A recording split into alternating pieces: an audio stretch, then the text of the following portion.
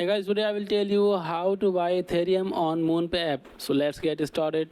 Create your account by signing up with your email address or phone number.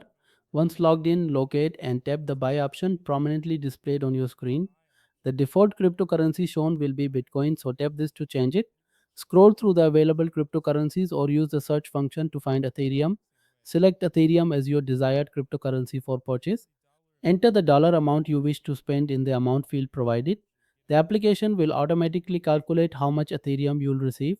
Verify the amount carefully as different cryptocurrencies have varying values. After confirming your purchase amount, tap Continue to proceed to identity verification. Complete the verification process by providing your photo identification documents. On the next screen, choose your preferred payment method such as Apple Pay or credit card. If you want to send the Ethereum to an external wallet, tap Choose a wallet and enter your destination address. Finally, click the Buy or Pay button at the bottom of your screen to complete the transaction.